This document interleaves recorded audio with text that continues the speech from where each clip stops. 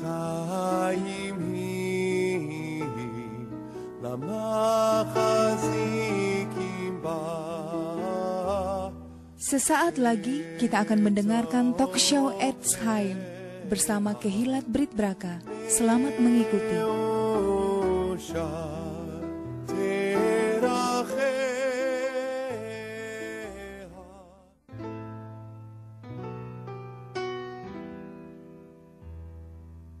Etz Chaim hi lamachazikim ba v'tomcheha me'ushat teracheha tarcheno בכל נתיבותיה שלום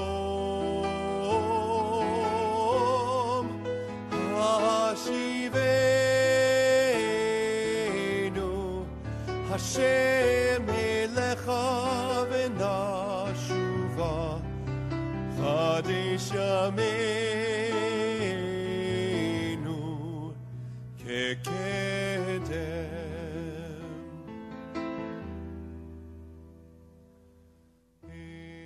Shalom Sobat Prestasi yang dikenan Tuhan, kembali hadir di sini menemani Anda program radio talk show Etz Chaim bersama saya Abigail, Elisheva dan Pak Yohanes Elias. Erev Tov. Seperti yang sudah diketahui atau bagi yang belum pernah mengikuti talk show kami, Etz Chaim berarti pohon kehidupan. Dan di dalam perspektif Alkitab dari bahasa Ibrani, pohon kehidupan ini mengacu pada kelima kitab pertama yang ditulis oleh Musa, yaitu Taurat. Anda juga dapat belajar lebih banyak lagi bersama kami di www.etzchaim.org. Bagi Sobat Prestasi yang baru bergabung dengan kami minggu ini, kami hadir di setiap hari Senin, minggu kedua di Radio Prestasi, pukul 19 sampai 20 malam. Untuk hari ini, khusus untuk bulan ini, kita mengadakannya pada minggu ketiga karena minggu lalu kita masih ada kita baru masuki hari raya Pesach. Sobat Prestasi yang ingin berinteraksi dengan kami, kita dapat menerima SMS di 0812 88 0-nya 3 kali, 7-nya 3 kali, atau di 0857 80 1000, 7-nya 3 kali. Format SMS-nya nama, spasi usia, spasi lokasi, spasi isi SMS atau pesan. Dapat juga Radio Prestasi juga dapat diakses melalui BlackBerry dengan alamat bbprestasifm.mediaministry.us. Perlu diketahui juga bahwa Etz Chaim mengadakan studi wisata ke Israel yang dinamakan Bnei Eretz Israel Study Tour, yang bukan hanya sekedar jalan-jalan dan foto-foto dan berbelanja, tetapi juga sambil berwisata. Peserta akan studi atau belajar dengan kurikulum yang memfokuskan diri pada tanah Israel, umat Israel, dan panggilan Israel. Gelombang kita yang berikutnya, keberangkatan berikut akan diadakan tanggal 8 September sampai dengan 17 September 2014. Pendaftarannya dapat dilakukan melalui Ahalan Tours and Travel, Gedung Berlima House, Jalan Lebak Bulus PDK nomor 5, Jakarta 12440. Dan pada saat pendaftaran, mohon untuk menyebutkan pendaftaran grup Bnei Eretz. Ahalan Tours and Travel dapat dihubungi di 5619 3 7-nya 3 kali atau 750 0431 atau di handphone di 0812 94 369 7-nya 3 kali atau di PIN BB 2AE CD C2E. Saya ulangi, 2 Alpha Echo Charlie Delta Charlie 2 Echo. Informasi selanjutnya mengenai studi wisata ini juga dapat dilihat di www.besttour.org dengan T-nya 1, BESTOUR.org. Apabila saudara ingin berangkat dengan grup yang dikumpulkan sendiri, Sobat Prestasi juga dapat memilih tanggal keberangkatannya sendiri dengan minimum 30 orang dan menghubungi kami melalui Ahlan Tour seperti yang disebutkan tadi. Nah, kita sekarang akan membicarakan tentang apa nih? Ya, hari ini kita masih merayakan satu hari raya yang disebut Pesak, ya. Juga roti tidak beragi. Jadi malam ini kita mau bicara tentang Pesak. Oke. Hari ini hari terakhir ya Kok ya? Ya, this is the last day untuk hak-hak Hamazot, ya. Hari raya roti tidak beragi. Ya, sobat prestasi yang dikenan Tuhan, ya. Kita banyak berpikir bahwa Pesak itu dimulai melalui kisah perbudakan bangsa Israel di tanah Mesir.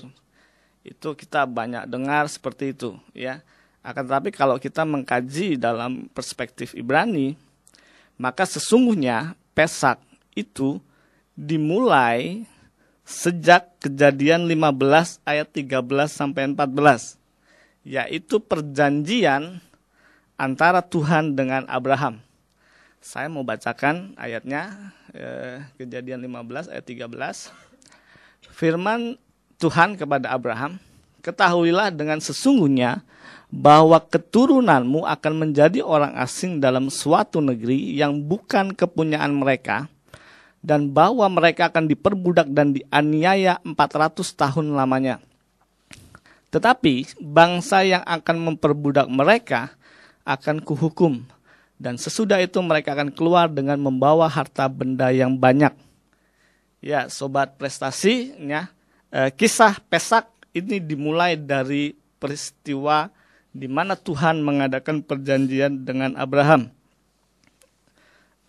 Di Kejadian 15 ini itu merupakan satu firman yang dinyatakan Tuhan kepada Abraham, bahwa keturunannya, yaitu bangsa Israel, itu akan diperbudak, ya, di satu negeri yang bukan kepunyaan mereka.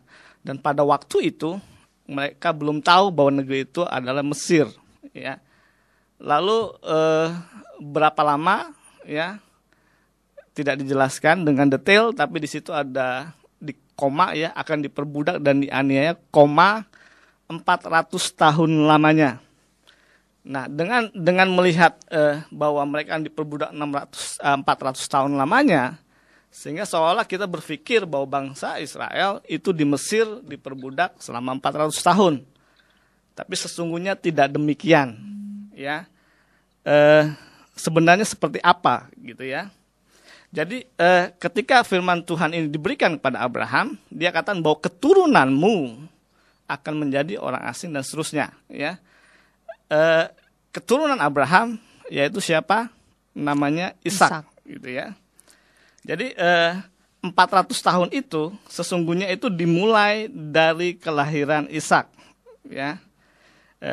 Ishak lahir, ya. Lalu pada saat Ishak berumur 60 tahun, ya, dia punya anak namanya Yakov, ya. Dan pada usia 130 tahun Yakov pergi ke Mesir bersama dengan seluruh keluarganya, ya, dengan anak-anaknya, menantunya. Itu berjumlah 70 orang. Mereka berangkat ke Mesir karena ada peristiwa kelaparan yang sangat hebat pada waktu itu, ya. Dan sebelum mereka pergi ke Mesir, ya, kita tahu di dalam kitab suci, ya, bahwa Yosef anak Yakov ini mendahului mereka pergi ke Mesir, dan Yosef menjadi orang nomor 2 di Mesir. Dia menjadi orang yang sangat penting, ya. Lalu dengan kekuasaan yang ada di tangan Yosef menyelamatkan seluruh keluarganya. Dia membawa Yakov dengan kakak-kakaknya, dengan keluarganya, ya, pergi ke Mesir untuk diselamatkan dari kelaparan yang melanda seluruh wilayah itu pada waktu itu. Jadi sesungguhnya ketika ayat ini diberikan, ya, bahwa dinyatakan mereka akan diperbudak dan dianiaya dan seterusnya 400 tahun, itu sesungguhnya dimulai dari kelahiran Ishak. Nah, kapan Ishak lahir? Ya, Ishak lahir pada tanggal 15 Nisan. Lalu 400 tahun kemudian, ya, melalui peristiwa Pesak atau passing over, tanggal yang sama 15 Nisan, ya, seluruh bangsa Israel itu dibebaskan dari perbudakan Mesir dengan cara yang dahsyat. Jadi sangat tepat gitu ya, bahwa Ishak lahir tanggal 15 Nisan, bangsa Israel dibebaskan dari perbudakan di Mesir pada tanggal 15 Nisan juga. Nah, Jadi pas 400 tahun. iya, tepat 400 tahun. Nah, pada waktu keluarga Yakub datang ke Mesir, itu jumlahnya 70 orang. Nah, lalu mereka berkembang biak, ya, berkembang biak, ya, Anak cucu. beranak cucu, gitu ya, beranak cucu. Mereka diberikan satu tempat yang namanya daerah Goshen, ya. Mereka hidup di sana dan Yakub mendirikan satu yeshiva bagi keluarganya. Dia tetap mengajarkan tentang Tuhan, ya, tentang Elohimnya Adam, Nuh, ya, Shem, ya, Yafet dan seterusnya. Ya, dia mengajarkan firman kepada anak-anaknya. Walaupun mereka harus hidup di satu negeri di mana negeri yang tidak mengenal Tuhan, yang hidup, ya, Tuhan pencipta langit dan bumi. Yakub mendirikan yeshiva di Mesir, ya, mereka tinggal di Goshen, mereka hidup di sana. Kemudian setelah kematian Yosef, ya, juga kematian Firaun, ya, yang mengenal Yosef, ya, Yosef itu sangat berjasa besar bagi bangsa Mesir. Iya. Yosef menyelamatkan juga bangsa Mesir dari kelaparan, ya, jasanya sangat besar sehingga dia diangkat menjadi orang nomor 2 di Mesir. Lalu setelah mereka meninggal, Firaun yang pertama itu yang kenal Yosef itu juga meninggal. Lalu muncul Firaun yang baru, ya. Firaun yang baru memerintah ini tidak lagi mengingat jasa-jasa Yosef. Dia tidak menghormati apa yang sudah diperbuat Yosef bagi bangsa Mesir. Ya, ini mereka melupakan, ya. Kemudian si Firaun yang baru ini lalu mengumpulkan seluruh penasihatnya dan dia lihat bahwa keturunan Yakub berkembang, beranak cucu dengan begitu pesat, ya. Sehingga jumlahnya sangat besar pada waktu itu. Lalu akhirnya mereka mengambil satu tindakan untuk membatasi keberadaan Yakub dan keluarganya. Membatasinya dengan apa pada waktu itu? Mereka menerapkan pajak yang tinggi, kemudian kaum laki-lakinya itu dipaksa untuk bekerja, membangun kota-kota di Mesir. Mereka mendirikan monumen-monumen bagi ilah-ilah Mesir, ya. Mereka dipaksa membuat batu bata, gala-gala dan sebagainya. Dengan bukan bekerja dengan sukacita atau digaji yang cukup gitu, tapi mereka ditindas, ya. Mereka dipaksa kerja rodi gitu, ya, atau romusa pada waktu Jepang seperti itu. Jadi mereka dipaksa untuk bekerja dengan sangat berat. Dengan tujuan bahwa bangsa ini akan banyak yang mati, menderita sakit, mati, lalu jumlahnya akan berkurang. Akan tetapi ternyata tidak demikian yang terjadi. Malah bertambah, ya. Ya, bangsa Israel tetap bertambah, ya, beranak cucu terus-menerus. Akhirnya keluarlah satu dekret yang dikeluarkan oleh Firaun, ya, bahwa setiap anak laki-laki yang lahir, ya, setelah keluar dekretnya ini, anak laki-laki itu harus dibuang ke Sungai Nil, ya, mereka harus dibuang ke Sungai Nil. Dibuang atau dibunuh? Dibunuh. Yang dibuang cuma satu, bau. Jadi dekretnya itu, gitu, ya. Nah, lalu ada satu keluarga, ya, keluarga ini berasal dari Lewi, ya. Jadi sesungguhnya Lewi itu adalah anak dari Yakub yang paling akhir, ya, yang masih tetap hidup, ya. Saudara-saudara sudah meninggal, dia adalah anak yang terakhir, ya. Yang hidupnya paling lama, gitu, ya. Okay. Di antara anak-anak Yakub yang lain. Nah, karena dia yang paling sepuh, gitu, ya, dia menjadi orang yang tua bagi seluruh keturunan Yakub, ya. Lewi ini sangat dihormati oleh seluruh anak-anak Yakub, atau anak-anak Israel. Keturunannya. Dan Lewi ini yang terus mengajar seluruh keturunan Yakov tentang Tuhan, ya, tentang Torah, tentang firman Tuhan, tentang kebenaran dan seterusnya. Lewi punya tanggung jawab seperti itu. Nah, salah satu keturunan Lewi, yaitu cucunya yang namanya Amran, ya, dia anak dari Kehot, itu menikah dengan seorang wanita yang bernama Yochebed. Dan Yochebed ini melahirkan 3 orang anak, ya. Anak pertama adalah Miriam yang akan menjadi nabiah, ya, bagi bangsa Israel. Lalu yang kedua Aaron yang akan menjadi imam besar bagi bangsa Israel, ya.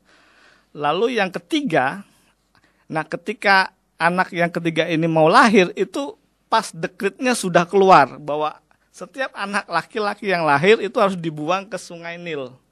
Sehingga anak yang ketiga dibunuh kali. Ya, dibunuh. Maksudnya dibuang ke Nil gitu, dilempar ke Nil, ya. Dibunuh.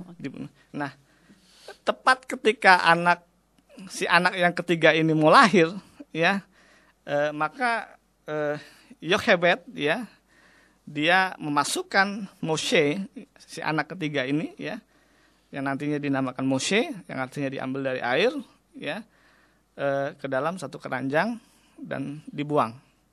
Sampai akhirnya dipelihara oleh putri Firaun. Kita tahu, ya, cerita ini selanjutnya. Ya. Ya, kita tahu kisah ini, tapi yang jelas bahwa Moshe baru lahir, ya, setelah dekret itu keluar, ya, sehingga dia harus dibuang ke Sungai Nil, gitu, ya. Nah, melalui kisah hidup Moshe, kita bisa melihat bagaimana Tuhan bekerja dengan cara yang ajaib, ya. Dia menyiapkan seorang pangeran Mesir yang berasal dari bangsa Israel secara tersembunyi atau rahasia, ya. Dan si pangeran Mesir ini nanti yang akan menjadi penyelamat, pemimpin bagi bangsa Israel untuk dibebaskan dari perbudakan. Setelah melalui proses yang sangat panjang yang kita bisa baca, ya, di dalam kitab suci, ya, kita lihat bagaimana akhirnya Moshe mendapatkan tugas dari Adonai Israel untuk membawa keluar bangsa Israel dari perbudakan di Mesir.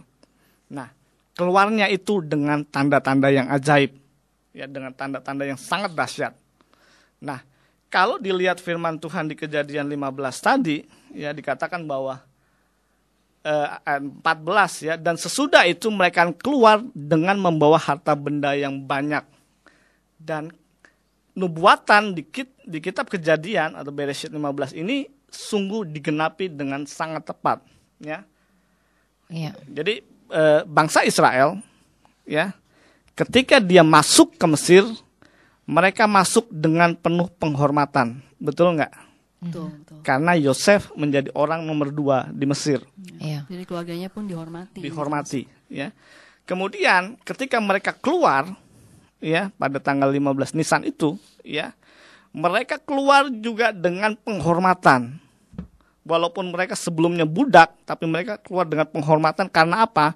Karena Tuhan semesta alam membuat tanda-tanda yang ajaib, ya, menghukum bangsa Mesir, ya, sesuai dengan Kejadian 15 ayat 14 yang kita baca tadi, ya, menghukum bukan hanya bangsa Mesir tapi juga ilah-ilah mereka, ya, dan itu membuat penghormatan yang besar bagi bangsa Israel yang keluar dari Mesir, sehingga banyak orang-orang dari bangsa-bangsa lain juga ikut keluar bersama dengan bangsa Israel. Jadi mereka masuk dengan penghormatan, mereka keluar juga dengan penghormatan, bahkan membawa harta benda yang banyak. Dan ketika itu orang Mesir saking takutnya, Ya. mereka yang ngasih dengan sukarela harta benda itu. Mereka Ya. berikan harta benda itu. Mereka masuk dengan 70 orang, mereka keluar dengan hampir 3 juta orang, 600.000 laki-laki dewasa, dan mereka keluar dengan penghormatan. Nah, kisah Pesak itu, ya, bangsa, ya, Tuhan memilih satu kerajaan imam, ya. Tuhan memilih bangsa yang pilihan ya dari keturunannya Abraham ya, lalu harus mengalami proses perbudakan yang sangat pahit ya, sangat menyesakkan, akan tetapi kemudian Tuhan membebaskan dengan tangan yang teracung dan kuat dan dahsyat gitu ya. Lalu proses ini nggak selesai di situ sebenarnya, sobat prestasi ya. Peristiwa Pesak ya pada akhirnya akan berpuncak pada satu peristiwa yang teramat dahsyat, yaitu yang disebut dengan Shavuot, yaitu peristiwa Tuhan menyatakan dirinya di Gunung Sinai, ya, disaksikan oleh hampir 3 juta orang, ya, dan dia memberikan Torah kepada bangsa Israel yang dipilih untuk menjadi imam bagi dunia, menjadi imam bagi bangsa-bangsa di dunia ini, ya, menyatakan firman Tuhan ya kepada seluruh dunia ini. Jadi peristiwa Pesak itu sesungguhnya bukan hanya sekedar dibebaskan dari perbudakan yang sekitar 72 tahun itu ya, tapi lebih dari itu sesungguhnya kisah Pesak adalah kisah di mana Tuhan memilih satu bangsa untuk menjadi kerajaan imam bagi dunia. Dan kita akan mendengarkan lebih detail lagi bagaimana proses peristiwa mujizat itu terjadi, ya, bagaimana Tuhan menyatakan tanda-tanda selanjutnya yang akan disampaikan oleh Abigail. Iya, tapi kita mau dengerin lagu dulu ya. Kita akan dengar lagu dulu, kita akan break. Lagunya berjudul Avi Sheba Shamayim atau artinya Bapa Kami yang di surga. Ya, penyanyi Sarit Hadad.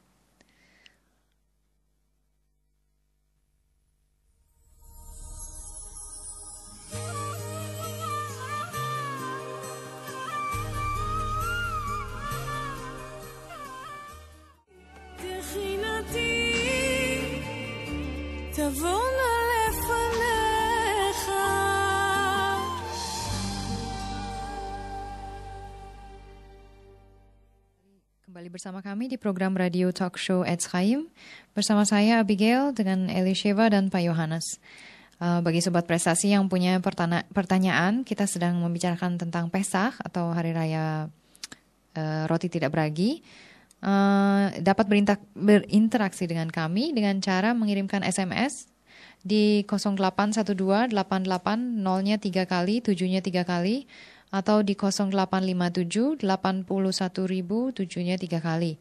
Dengan format SMS, nama, spasi usia, spasi lokasi, spasi isi SMS atau pesan. Nah, kita tadi membicarakan tentang Pesach ya, dan bagaimana perbudakan bangsa Israel itu sebenarnya dimulai bukan hanya dari sejak mereka pertama kali bukan hanya sejak mereka masuk ke Mesir, tetapi justru dari sejak kelahiran Ishak yang adalah tanggal 15 Nisan ya. Nah, kita semua tahu ya kisah Pesach ini seperti apa.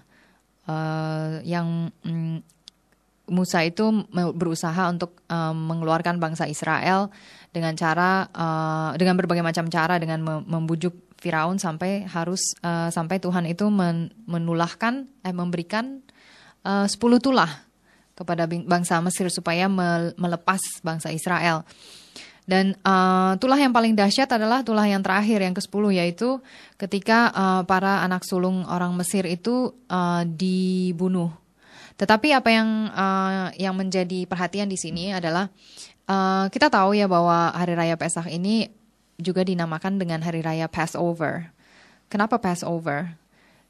Passover itu karena terlewatkan ya. Passover itu sebenarnya terjemahan harafiahnya adalah dilewatkan. Dilewatkannya kenapa?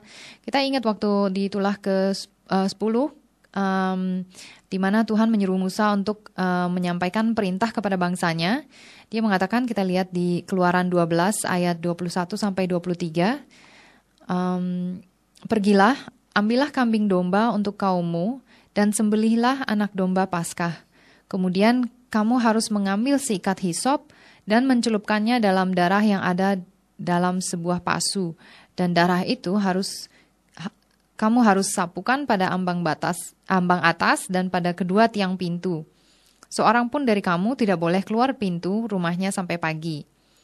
Dan Tuhan akan menjalani Mesir untuk menulahinya. Dan apabila ia melihat darah pada ambang atas dan pada kedua tiang pintu itu, maka Tuhan akan melewati pintu itu dan tidak akan membiarkan si pemusnah masuk ke dalam rumahmu untuk menulahi.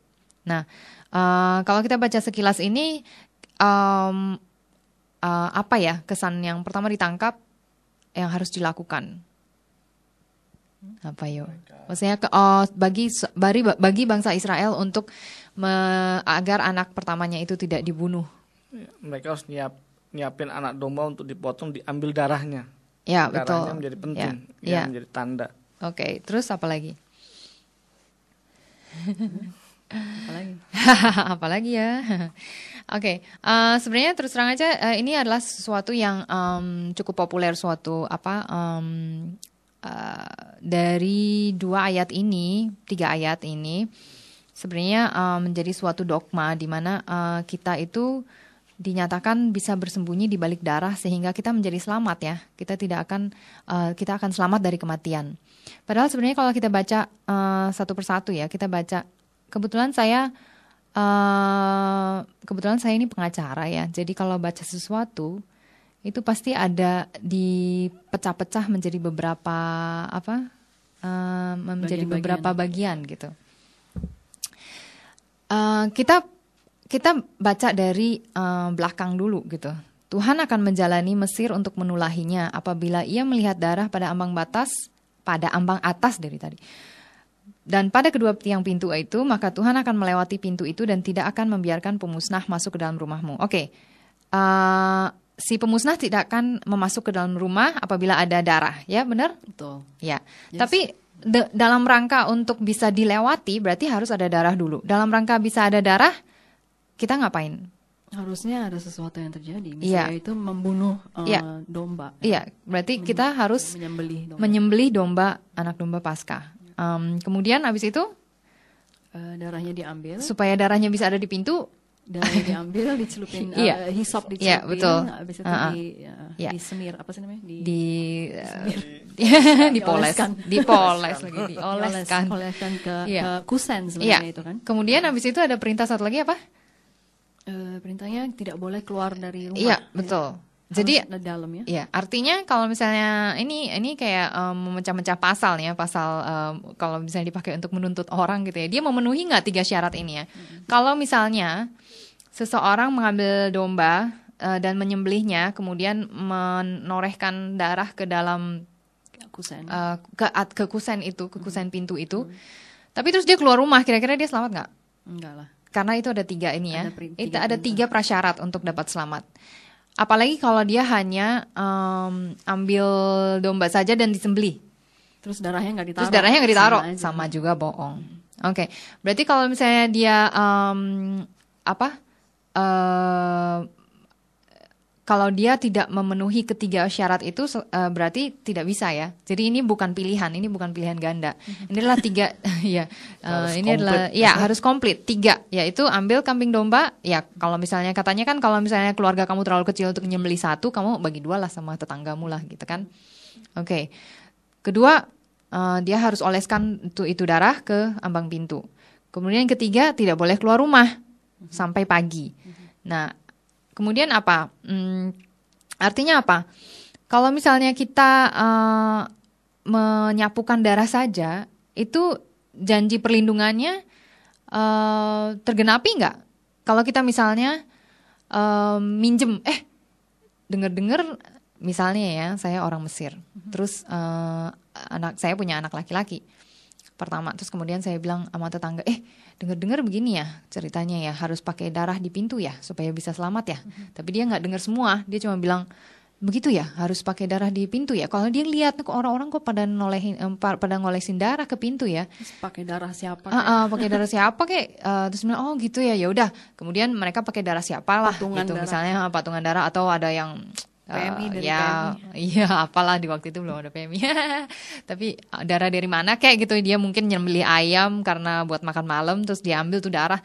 Oh ya, orang-orang itu pada naruh darah tuh, ikut-ikutan yuk kita taruhlah darah seperti itu ya. Tidak mungkin. Itu nggak mungkin kan? Kenapa tidak mungkin? Karena inti dari perintah menyembelih domba atau kambing domba ya adalah Tuhan mau menantang kamu itu lebih takut pada siapa? Takut pada orang Mesir, karena gini, domba itu adalah lambang dari salah satu dewa mereka. Iya, betul. Jadi kalau ketika mereka menyembelih domba, sebenarnya mereka menantang Mesir. Iya. Ini dewamu ini gue bunuh. Gitu. Iya, betul. Jadi ketika Tuhan suruh sembelih domba, ini tantangan. Kamu pilih siapa? Pilih domba itu, dewanya orang Mesir, atau pilih saya? Kalau pilih saya, kamu sembelih itu domba, dan dengan apa ya, demonstratif, darah dari domba itu disemirkan di dalam. Iya, betul. Jadi kalau orang cuman lewat terus bilang, oh ada darah apa aja diambil, tentu saja tidak ngaruh karena dia tidak menangkap inti dari perintah itu, gitu ya. Kemudian apalagi yang menandakan ketaatan? Pertama, dia menyembelih salah satu dewa Mesir ya di muka umum. Seperti yang tadi sudah diceritakan, itu menantang namanya. Dengan menantang, pada saat Tuhan itu memberikan ketiga perintah itu, sebenarnya Tuhan mau bilang begini, kamu mau pilih pihak saya atau mau pilih pihaknya Mesir, ya kan? Nah, pada saat kita bilang kita mau pilih pihaknya Tuhan, maka kita harus melakukan 3 hal itu. Kemudian habis itu seperti yang dikatakan tadi, darahnya itu dioleskan di ambang pintu. Kemudian tidak boleh keluar dari pintu rumah, ya kan? Nah, sebenarnya yang penting tuh apa? Sebenarnya bukan darahnya itu sendiri yang membuat tulah itu, yang mencegah tulah itu masuk ke dalam rumah. Ya nggak, sebenarnya bukan darah itu. Yang bikin mereka selamat itu apa? Sikap mereka yang memilih Tuhan. Ya, betul. Dan apa ya? Ibaratnya apa ya? Mau taat. Ya, betul. Jadi karena seperti yang dikatakan, kalau darah saja nggak ngaruh kan? Darah itu harus darah domba. Betul. Kemudian dioleskan di ambang pintu. Kemudian dia tidak boleh keluar dari rumah. Seperti yang dikatakan, jadi ada 3 prasyarat dan itu benar-benar harus lengkap. Kalau misalnya mau taat benar. Kalau misalnya mau pilih Tuhan, taat semua. Iya, kalau mau pilih Tuhan, taat semua. Tapi kalau mau nggak pilih Tuhan, misalnya ada orang misalnya dia tidak, dia memilih untuk nitip dong anak saya. Mereka misalnya anak siapa ya, orang Mesir, whatever lah pokoknya. Orang Mesir itu bilang, titip dong anak saya, karena saya yakin pasti biar selamat lah gitu, ditaruh lah di situ. Dia selamat nggak kira-kira? Pada zaman itu kan ada 2 kelompok ya orang asing ya, 2 kelompok orang asing. Yang satu itu orang asing bukan ada arti orang-orang yang bukan Israel. Kelompok pertama adalah orang-orang yang nebeng, artinya nebeng darah dalam tanda petik, menitip. Katanya gue denger ada tulah yang mengerikan nih hari ini gitu. Jadi mereka titip anak atau titip seluruh keluarga masuk ke dalam rumahnya orang Israel ini. Rupanya kelompok ini pada malam itu mati semua. Maksudnya anak sulungnya tetap mati. Ya, anak sulungnya tetap mati. Dan kelompok yang kedua adalah justru orang asing yang mau mengikuti apa yang orang Israel ikutin gitu. Jadi mereka lihat, pilih Tuhan ya. Bagaimana caranya pilih ya Tuhan? Ya. Dia cari tahu bagaimana caranya, dan dia akan ikuti langkah-langkah itu. Dia akan ikuti, harus sembelih domba. Oke, sembelih domba. Bukan binatang yang lain ya. Iya, betul. Dipotong. Darah babi. Karena orang asing itu berarti kan gini. Kalau orang asing itu berani untuk menyembelih domba yang notabene di Mesir saat itu didewakan, itu ya bisa bayangkan kalau misalnya coba potong sapi di India deh. Iya, sama kan seperti itu. Iya, efeknya dahsyat sekali. Efeknya sangat berbahaya bagi kesehatan atau kehidupan. Iya, betul. Dan kalau dia tidak menyayangkan nyawanya dan dia mau ikut dengan Israel itu, pada akhirnya keluarga itu selamat. Dan itulah yang terjadi pada orang-orang asing yang akhirnya ikut dengan orang Israel. Ya kan kok ya? Banyak orang asing yang bukan orang Israel yang akhirnya keluar dari ikut Exodus dan ikut ke Sinai, dan mereka itu bergabung dengan bangsa-bangsa, orang Israel. Bangsa-bangsa itu bergabung dengan Israel. Inilah orang-orang yang selamat karena ikut Pesach. Betul. Dan dia ikut bukan karena cuman ikut-ikutan nebeng gitu, tapi dia juga akhirnya memilih untuk menundukkan diri dengan aturan-aturan yang sama dan dengan persyaratan-persyaratan sama yang dilakukan oleh bangsa Israel. Jadi dia bukan cuman oke deh saya ikut di rumahmu, tapi juga mengikuti segala aturannya, seperti itu. Melakukan ketaatan yang sama. Iya, betul. Iya. Karena itu di kitab Keluaran dituliskan bahwa satu hukum ini juga sama berlaku, bukan hanya untuk orang Israel asli, tapi juga untuk orang asing. Iya. Tapi yang taat, orang asing yang taat ya. Iya, betul. Ya, setelah akhirnya mereka selesai dan keluar dari Mesir, yang terjadi seperti yang Pak Yohanes ya, Koko Yohanes, akhirnya mengatakan bahwa di hari itulah lahir sebuah bangsa yang baru, yaitu bangsa yang Tuhan pilih menjadi imam dari dari seluruh bumi, gitu. Dan dan kelahiran bangsa yang baru inilah ketika mereka keluar dari bangsa Mesir, dan Pesak itu adalah seperti kelahiran, kelahiran. Mereka tuh mereka keluar dari Mesir sebagai bangsa yang baru, yang Tuhan pilih dan memiliki fungsi imam dan pada akhirnya orang asing yang memilih untuk menundukkan diri kepada peraturan-peraturan itu atau pada 3 hal ini yang pada awal mulanya menjadi prasyarat bagi mereka untuk bisa lolos, mereka pun ikut berhasil kabur dalam tanda kutip dari Mesir, dan akhirnya mereka juga ada di Gunung Sinai itu menerima Torah yang diberikan oleh Tuhan. Dan Tuhan pun ketika Torah itu turun, Tuhan mengatakan bahwa hukum ini berlaku untuk semua, baik orang Israel asli maupun bangsa-bangsa yang nebeng lah, ikut di sana. Yang terikut keluar dari Mesir karena dia tunduk. Dan Tuhan bilang mereka akan dianggap persis seperti orang Israel asli. Bukan orang asing seperti itu. Kita ada beberapa pertanyaan ini. Ada dari Bapak Iwan dari Jakarta Timur. Bangsa Israel jadi imam bagi bangsa dunia. Tetapi faktanya bangsa Israel dibenci oleh dunia. Bagaimana tuh? Tentu ada yang pro, ada yang kontra ya di dunia ini. Ya. Jadi kalau ditanyanya bangsa Israel dibenci dunia, tentu tidak gitu ya. Tidak semua dunia ini membenci Israel. Ya, ada yang pro, ada yang kontra. Selalu begitu ya. Yang pro tentu mereka melihat bahwa mereka melihat tentang Tuhan bagaimana kitab suci diturunkan ya, bahkan kitab suci Ibrani itu menjadi kitab suci bagi umat manusia ya di seluruh dunia ya. Itu satu fakta ya, bahwa kitab suci yang disebut ya Perjanjian Lama gitu ya, itu menjadi bagian dari kitab suci bagi seluruh dunia gitu ya. Jadi tidak semua benci, tapi juga ada yang pro.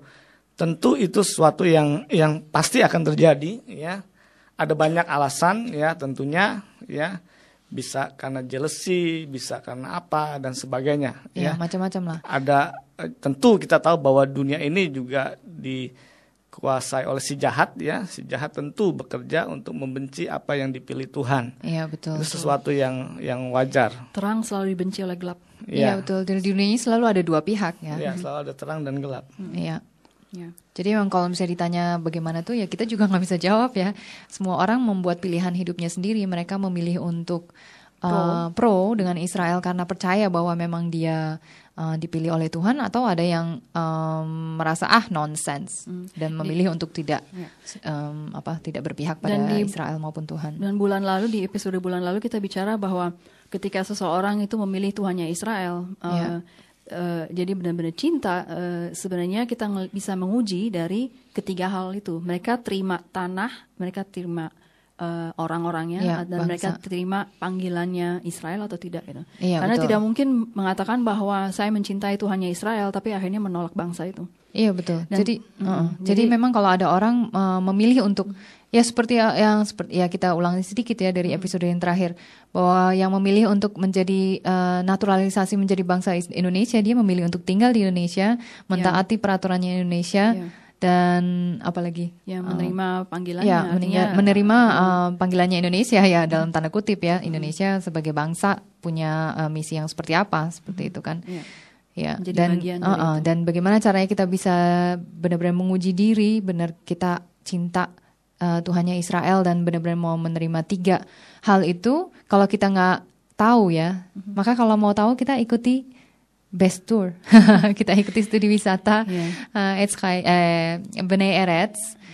Kita akan berangkat tanggal 8 September ya.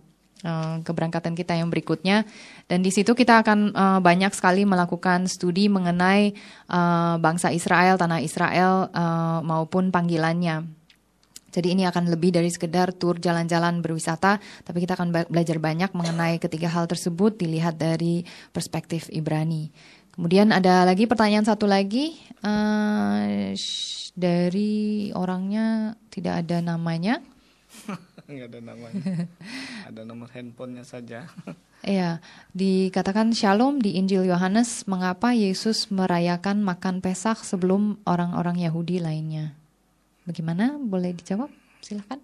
Ya, sebenarnya yang dilakukan oleh Yeshua, ya nama Ibrani dari Yesus itu, dia lahir sebagai seorang Yahudi, ya, dia tentu ya melakukan apa yang dirayakan oleh seluruh orang Yahudi, bahkan keluarganya itu adalah keluarga yang taat, ya, kita bisa lihat ya di dalam kitab suci, ya. Bagaimana keluarganya mempersembahkan korban, menyunat dan seterusnya, ya, hadir dalam setiap hari raya. Jadi sesungguhnya yang Yeshua juga melakukan apa yang dilakukan sebagai seorang Yahudi, betul. Bahkan seorang Yahudi ortodoks dia pada waktu itu, ya. Jadi itu dilakukan, gitu ya. Nah,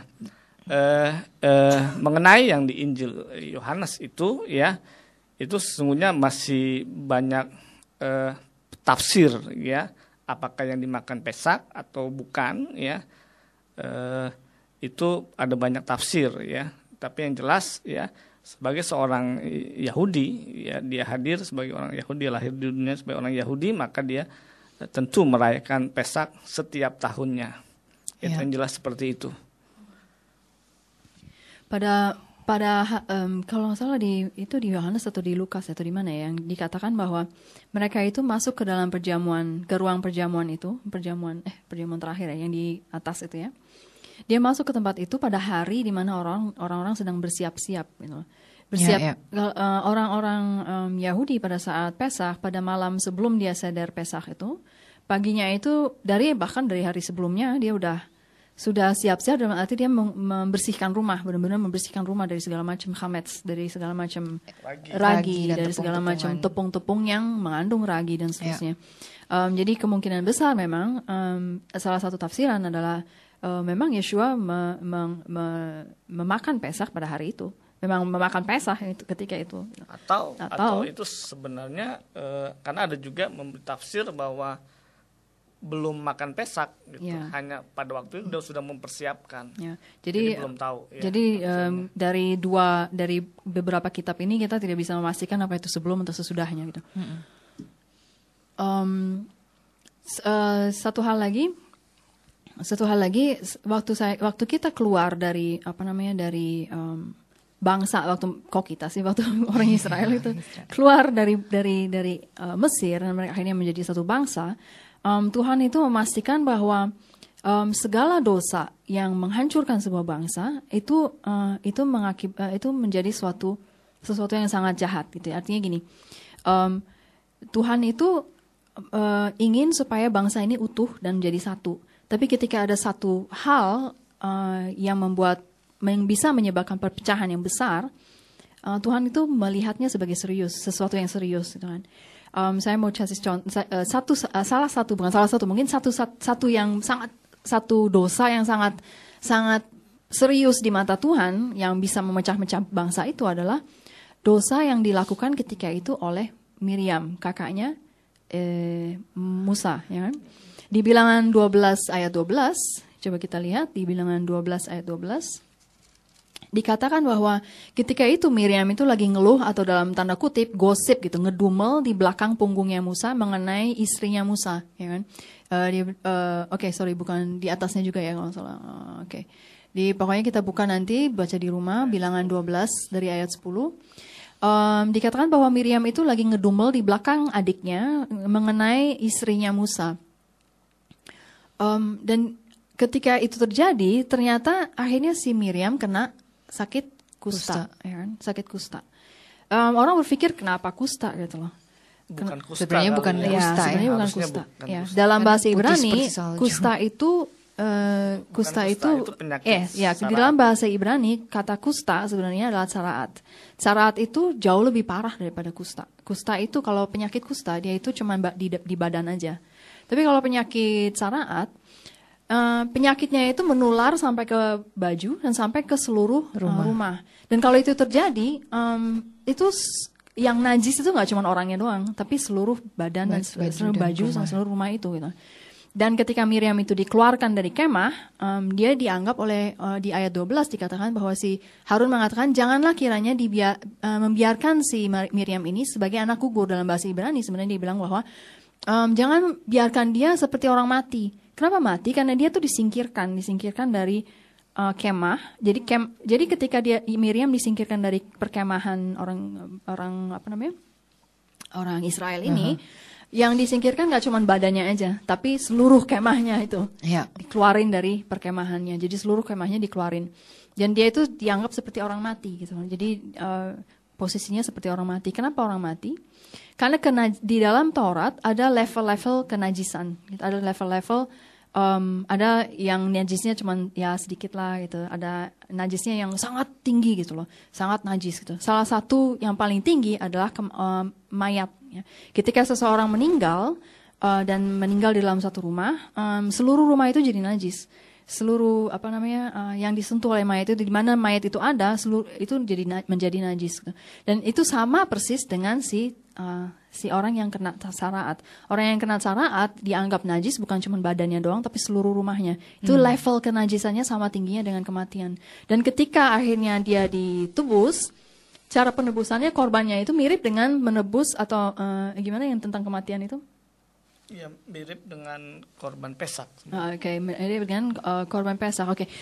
Ketika si orang yang sakit tsaraat itu akhirnya dia sembuh, ya. Tuhan memberikan satu perintah. Perintahnya ini adalah untuk membuat satu ritual korban dalam rangka menyucikan diri, supaya sebelum orang ini bisa diterima lagi ke dalam masyarakatnya. Jadi orang ini harus menyucikan diri. Dan ternyata kalau kita baca di dalam Imamat 14, nanti baca sendiri di rumah. Kalau sudah sampai ya, jangan di mobil. Kalau begitu sebelum masuk ke dalam kembali ke masyarakat, ini orang yang sakit tsaraat ini harus membuat satu ritual tertentu. Jadi dia memotong burung.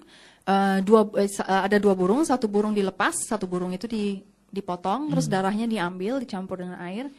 Dan di dalam darah tersebut mereka harus mencelupkan 1 kayu aras sama 1 hisop. Dan kepala burung yang masih hidup itu juga dicelupkan ke situ. Sebenarnya ini adalah sangat mirip dengan sesuatu yang paralel dengan Pesach, korban Pesach. Jadi artinya Pesach ini Pesach kecil. Ya. Ingat bahwa ketika malam Pesach ada 2 jenis anak sulung. Yang satu anak sulungnya mati, yang satu anak sulungnya lepas. Ya kan? Itu kedua burung itu melambangkan itu. Dan kita melihat ada darah dan di dalam darah itu darah itu kena pada 1 hisop dan kedua kayu aras itu. Ya kan? Dan di ambang pintu itu juga sama. Jadi sebenarnya Pesach yang ada di Mesir ketika itu adalah Pesach yang besar. Kemudian Pesach yang harus dilakukan oleh orang tsaraat ini, itu adalah Pesach kecil. Kenapa begitu penting ya bagi Tuhan untuk seorang yang tsaraat begitu dia menyucikan diri, dia harus mengadakan Pesach kecil lagi gitu loh. Karena ketika seseorang kena tsaraat, itu diasosiasikan dengan satu dosa. Dosanya adalah seperti yang dilakukan oleh Miriam, yaitu gosip.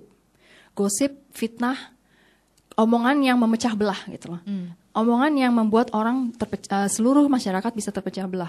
Dan ketika itu terjadi, dan orang ini akhirnya sembuh dan dikembalikan kepada masyarakatnya, dia harus melakukan Pesach lagi, Pesach kecil, yaitu melahirkan kembali si masyarakat tersebut.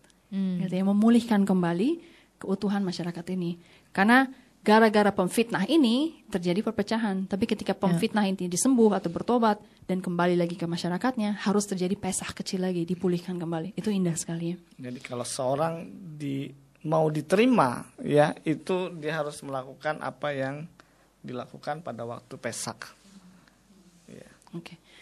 Kita waktunya sudah habis atau masih ada waktu? Masih ada. Ya, ada arti khusus kah nih pertanyaan? Tidak Ada boleh pertanyaan. keluar rumah sampai pagi. Ya, itu sebenarnya lebih pada ketaatan ya untuk tidak keluar rumah karena Tuhan sedang menulahi ya tadi bangsa Mesir ya. Dan kenapa sebelum pagi? Karena memang pada saat pagi buta mereka harus keluar. Ya, betul. Kan? Jadi semalam-malam mereka nggak tidur ya. Ya. Jaga-jaga. Waktu mereka makan Pesach itu mereka udah dalam kondisi siap berangkat. Iya, betul. Jadi semua udah dipak-pak, Sudah pakai baju, udah siap. pakai baju, Ya, pokoknya siap berangkat pakai lah. sepatu, pakai kaos kaki dan seterusnya. Iya. Ya. Begitu pagi langsung jalan. Iya. Ya, mereka harus siap. Ini untuk hanya jalan. masalah, Pakai baju, ya masalah Benar-benar praktis. masalah ini masalah ketaatan. Ketaatan saja. Kemudian ada pertanyaan lagi ya. Shalom tanya dari mana tahu Ishak lahir pada tanggal 15 Nisan ya. Jadi bangsa Yahudi itu memegang Torah ya, Torah dalam bahasa Ibrani. Lalu juga mereka memegang apa yang disebut dengan Midras ya. Nah, di dalam Midras Tanhuma itu disebutkan bahwa Ishak lahir pada tanggal 15 Nisan. Ya, seperti itu. Ya. Lalu ini Ada ditanya pertanyaan lagi, mengapa Orang yang Harun- sama tapi tidak pernah menyebutkan Iya, dia nama. tidak sebutkan nama. MPG Mengapa? Harun tidak kena kusta. Mengapa Harun tidak kena Harun kusta? tidak kena kusta. Impact itu apa sih? Miriam juga tidak kena kusta, yang dia kena penyakit saraat. Ya, saraat ini berbeda dengan kusta, karena saraat ini juga bisa timbul di dinding bangunan, ya, atau di pakaian, ya. Jadi saraat ini penyakit yang memang spesial ya, Yang luar biasa. yang terjadi akibat dosa ucapan. Ya. Nah, makanya penting sekali untuk menjaga ucapan, ya. Harun tidak kena karena dia tidak melakukan dosa ucapan, Ya. Sedangkan Miriam melakukan Yang ngomong itu. Miriam. Iya, Miriam melakukan itu. Nah, Harun di dalam Midras itu dipercaya seorang yang penuh dengan cinta kasih. Makanya Tuhan mempercayakan dia sebagai imam besar. Ya, ini karakter Harun itu orang yang lemah lembut, ya, lemah lembut, ya. Dia tidak melakukan itu. Ya, kira-kira itu. Oke, waktu kita sudah habis ya. Kita akan berjumpa kembali pada minggu kedua bulan depan. Dan Anda dapat belajar lebih banyak lagi dari tim Etz Chaim ini di www.etzchaim.org. Dan jangan lupa untuk mendaftarkan diri di studi wisata kami. Kita akan belajar jauh lebih banyak tentang bangsa pilihan Tuhan. Dan bagaimana kalau misalnya kita memilih untuk taat kepada Tuhan ya orang Israel. Siapa saja sih, apa saja sih paketnya. Ada bangsa Israel, ada tanah Israel, dan ada panggilannya. Jangan lupa untuk mendaftarkan diri di studi wisata itu, Bnei Eretz Israel Study Tour. Gelombang berikutnya akan diberangkatkan pada tanggal 8 September sampai 17 September. Pendaftaran dapat dilakukan di Ahalan Tours and Travel dengan menyebutkan grup Bnei Eretz. Alamatnya di Gedung Berlima House, Jalan Lebak Bulus PDK nomor 5, Jakarta 12440. Teleponnya 56193, 7-nya 3 kali, atau 7500 431. HP-nya 0812 94 369, 7-nya 3 kali, dan PIN BB di 2 Alpha Echo Charlie Delta Charlie 2 Echo. Informasi yang lebih lengkap tentang tempat-tempat yang akan dikunjungi dan apa yang akan kita pelajari di sana bisa dilihat di website kami www.bestour.org. Di spellnya BESTOUR.org. Dan apabila Anda ingin berangkat dengan grup Anda sendiri yang Anda kumpulkan minimum 30 orang, Anda dapat memilih sendiri tanggal keberangkatannya dan tinggal menghubungi kami di alamat seperti yang telah disebutkan tadi, Ahalan Tours and Travel. Oke, program talk show Etz Chaim mau undur dan kita mohon pamit. Saya Abigail beserta dengan Pak Yohanes dan Elisheva mengucapkan Laila Tov. Lehitraut. Hak Ya, Samea Pesak. Samea.